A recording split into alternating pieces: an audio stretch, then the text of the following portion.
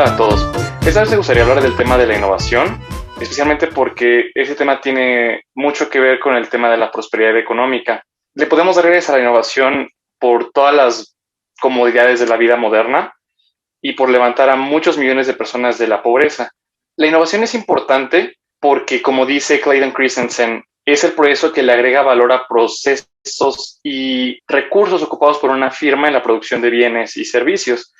Entonces, como define este mismo Clayton Christensen, quien es profesor de la Escuela de Negocios de Harvard, las innovaciones que más tienen el potencial de levantar a naciones de la pobreza y de producir prosperidad económica son aquellas que se enfocan en el segmento de la población que no consume, que se le llama no consumidores. Ese segmento de la población es el segmento de la población que bien podría estar dispuesta a consumir algún tipo de producto o servicio ofrecido en el mercado, pero que los costos del mismo le imposibilitan acceder a este consumo, ¿no? Adquirirlos. Como decía Joseph Schumpeter, el proceso o el éxito capitalista, el logro capitalista, no consiste en darle más medias de seda a la reina, sino en poner esas medias de seda al alcance de las chicas que trabajaban en fábricas. Como también decía Joseph Schumpeter, el sistema capitalista es un sistema de producción en masa, lo cual inevitablemente convierte este sistema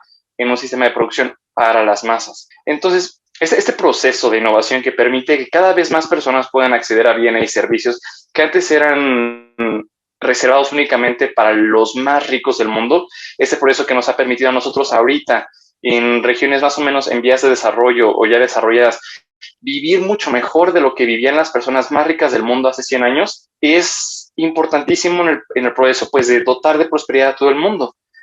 Este proceso de innovación requiere a su vez que exista libertad. ¿Por qué necesita haber libertad económica y política en un país para que pueda existir la innovación? Es muy simple. Como decía Joseph Schumpeter, igual, el proceso de innovación puede ser resumido como el proceso de destrucción creativa. El proceso de destrucción creativa es por el cual básicamente se vuelven obsoletos procesos anteriores, mercados anteriores, productos anteriores, debido a que una nueva forma de hacer las cosas más eficiente, más barata, de mejor manera, suple a la forma anterior de hacer las cosas. Esto inevitablemente produce descontento en los productores de un mercado existente. Entonces, inevitablemente, como ya hemos podido ver, como decía incluso Adam Smith desde hace ya casi 300 años, cuando los grupos de productores se juntan, es rara vez para procurar el bienestar del consumidor, sino lo hacen más bien en alguna conspiración en contra del consumidor. Esto puede lograrse, como decíamos en un video anterior, solamente si el gobierno puede dotar de restricciones, o sea, puede elegir restricciones en la entrada de nuevos competidores a una industria, lo cual permite que los productores existentes puedan gozar de un estatus de monopolio. Ahora bien, eso es por un lado. Por ejemplo, podemos poner aquí el ejemplo de cómo es que aquí en México, por ejemplo, de hecho, en prácticamente toda Latinoamérica, o en básicamente cualquier otro lado del mundo donde Uber ha querido llegar a básicamente a crear un poquito de caos en el mercado de los productores existentes, a ofrecernos una mejor alternativa de movilidad en zonas urbanas. Los taxistas, quienes son los productores de o los ofertantes de este servicio existente, se han opuesto y han buscado justamente regulación gubernamental que impida la entrada de esos nuevos competidores. Indudablemente, para nosotros como consumidores, Uber es una mejor opción, porque o ese tipo de plataformas de movilidad a las que podemos acceder desde el celular son una mejor opción porque nos permiten tener más control, nos permiten encontrar, calificar a quienes nos llevan de punto A a punto B, procurando así un mejor servicio, creando así un incentivo para que los conductores tengan en mejor estado sus unidades, sean más corteses, etcétera. Además de que procuran una bajada de los precios. Una de las ventajas que tiene Uber es que básicamente el precio que te muestra es un precio basado en la oferta y demanda de Ubers en ese momento. Si hay mucha demanda de Ubers en un momento dado, el precio sube pues, para reflejar la escasez de conductores disponibles y básicamente ejemplificando de forma bellísima cómo es que funciona el sistema de precios en el tema de la oferta y demanda. Esta alza de precios, la llamada tarifa dinámica, permite que cuando los conductores de Uber, por ejemplo, reitero, son escasos en un momento dado. Al ver los conductores de Uber que están descansando, que no están trabajando en ese momento, que la tarifa de Uber es suficientemente alta, muchas personas que en ese momento estarían descansando dicen, ¿sabes qué? Pues mejor agarro mi Uber y me pongo a trabajar ahorita, que el precio es suficientemente alto como para que yo sacrifique mi tiempo de descanso o mi tiempo en familia, etcétera. Por eso hay muchas más razones, este tipo de aplicaciones son excelentes. Ejemplificando lo que ya decía Adam Smith, los productores del servicio que ya existía, que fue desplazado o que ha venido siendo desplazado por Uber, se juntan para básicamente evitar que Uber nos pueda ofrecer un mejor servicio porque no les conviene a ellos. Y reitero, buscan que el Estado intervenga para coartar la libertad de Uber de venir, establecerse en este mercado y darnos mejores opciones a nosotros. Aquí podemos ver que si los taxistas, el gremio de taxistas, por ejemplo, tiene éxito en empujar al gobierno, a los legisladores, a regular en contra de Uber, básicamente quienes salimos perjudicados somos nosotros. Entonces, primero que es la parte donde es importante la libertad para procurar la innovación, porque en ausencia de libertad económica y política, los jugadores ya establecidos en la industria pueden simplemente conseguir que el gobierno, reitero, erija barreras para que los nuevos jugadores no nos permitan darnos de mejores opciones, no puedan ejercer esta destrucción creativa para promover los intereses de nosotros como consumidores. Por otro lado está el tema de la tremenda posibilidad de que un emprendedor falle. Como ya habíamos hablado también en un video anterior, la realidad es que, muy contrario a lo que la gente cree, empezar un negocio no es sinónimo o no es garantía de éxito, de riquezas. La mayoría de los nuevos negocios van a quebrar. La mayoría de los nuevos productos lanzados por una empresa van a quebrar, no van a llegar a ningún lado. La gente tiene mucha aversión al riesgo, la gente prefiere quedarse con aquello que ya conoce.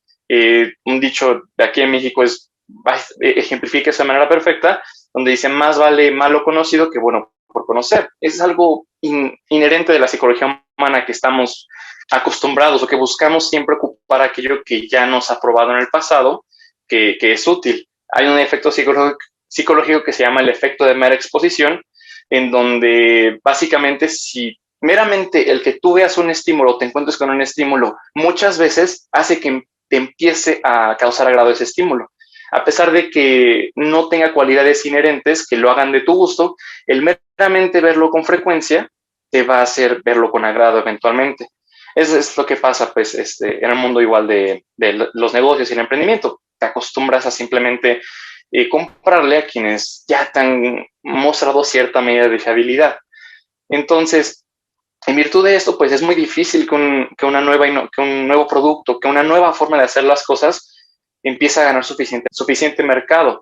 Y por lo mismo de que es un riesgo emprender y empezar a hacer las cosas de diferente manera, el hecho de que el gobierno tenga restricciones, regulaciones y cobre tantos impuestos, en el caso de que el emprendedor en efecto lograra tener éxito, sirve para pues ahuyentar a personas que podrían haber innovado, podrían haber emprendido, porque al bajar el precio o la posibilidad de la recompensa, tienes a menos personas dispuestas a asumir este riesgo. Es igual tema de la teoría de precios. Básicamente, a mayor precio, a mayor posible recompensa por asumir un riesgo, más personas van a estar dispuestas a asumir ese riesgo, y a menor posible recompensa por asumir un riesgo, menos personas van a estar dispuestas a asumir este riesgo. Entonces, es la segunda parte de por qué necesitamos libertad económica y política para poder procurar innovaciones. Retomando el tema de lo que propone Speydon Christensen, quien básicamente estudia mucho el tema de la innovación y cómo es que este proceso puede levantar a las naciones de la pobreza. Vamos otra vez a tomar ese tema de tomar ejemplos de lo que se refiere él por la no consumpción, el enfocarse en el mercado o en el grupo de personas que dados los arreglos y la oferta existente no consumen. Un ejemplo de un innovador que él cita en su libro de Prosperity Paradox es el de Henry Ford, por ejemplo. En los tiempos de Henry Ford, básicamente el automóvil era un lujo. Eran producidos en pequeña escala, eran casi como estos bienes artesanales. Tomaban mucho tiempo, eran muy caros y solamente los ricos podían comprar un automóvil. Básicamente, la virtud de Henry Ford fue en ver que muchas personas querían obtener un carro, podrían haberse visto beneficiadas de tener un vehículo. Sin embargo, el costo era demasiado alto para que esas personas lo pudieran asumir. Lo que él consiguió precisamente a desarrollar un sistema de producción en masa de automóviles fue conseguir que los automóviles fueran tan baratos que más personas pudieran adquirirlos.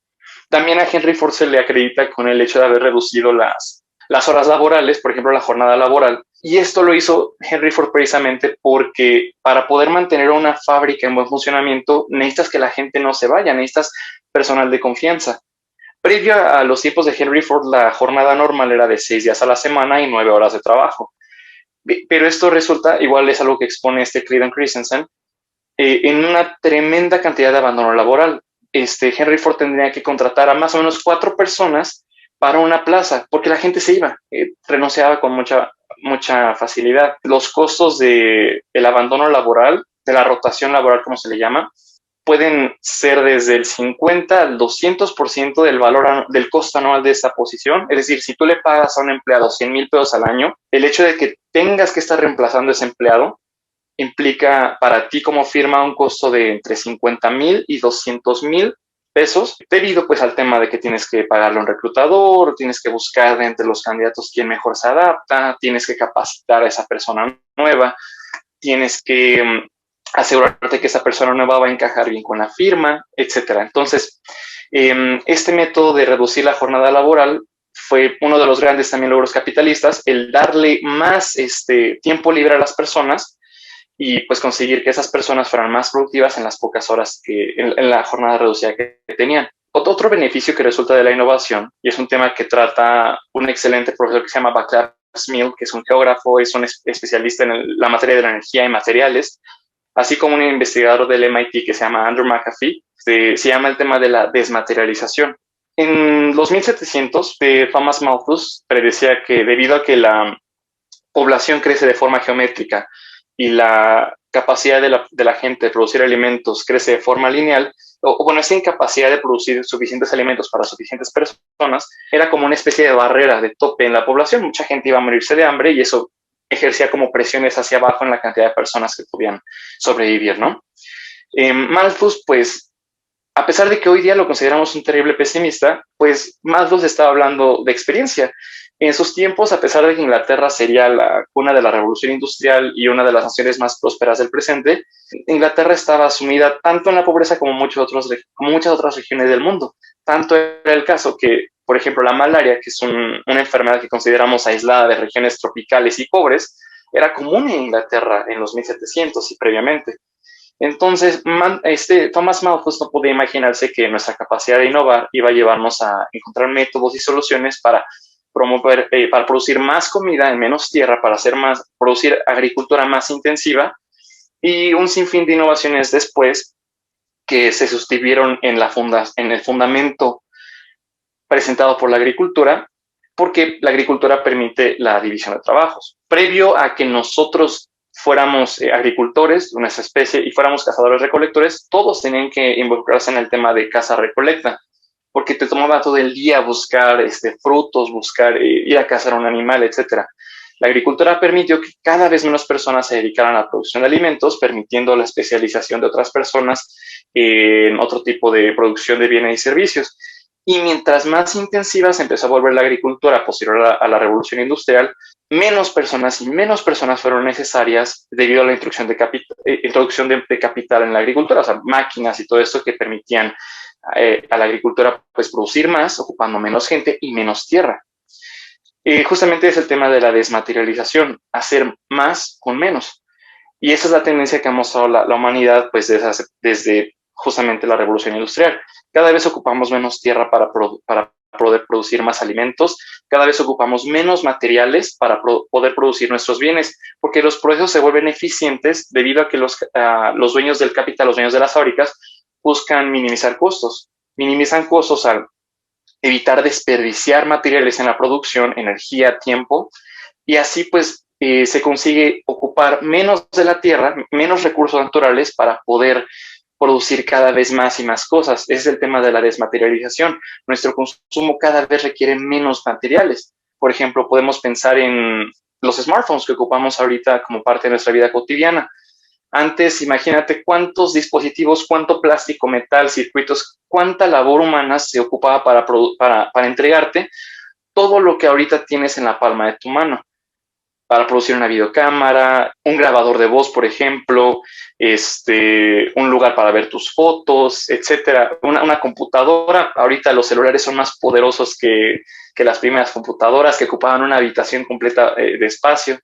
Entonces, esta tendencia a la desmaterialización no solamente nos ayuda a precisamente procurar la prosperidad y una parte muy importante que nos da también más tiempo libre, porque ocupamos menos tiempo en producir las cosas, sino que también es un pilar de la procuración del medio ambiente. Como cada vez necesitamos ocupar menos tierra para explotar recursos, para producir nuestros alimentos a través de la agricultura y contaminamos menos en consecuencia, el capitalismo, la innovación permiten no solamente prosperidad, sino que también eventualmente empiezan a ayudarnos a cuidar del medio ambiente.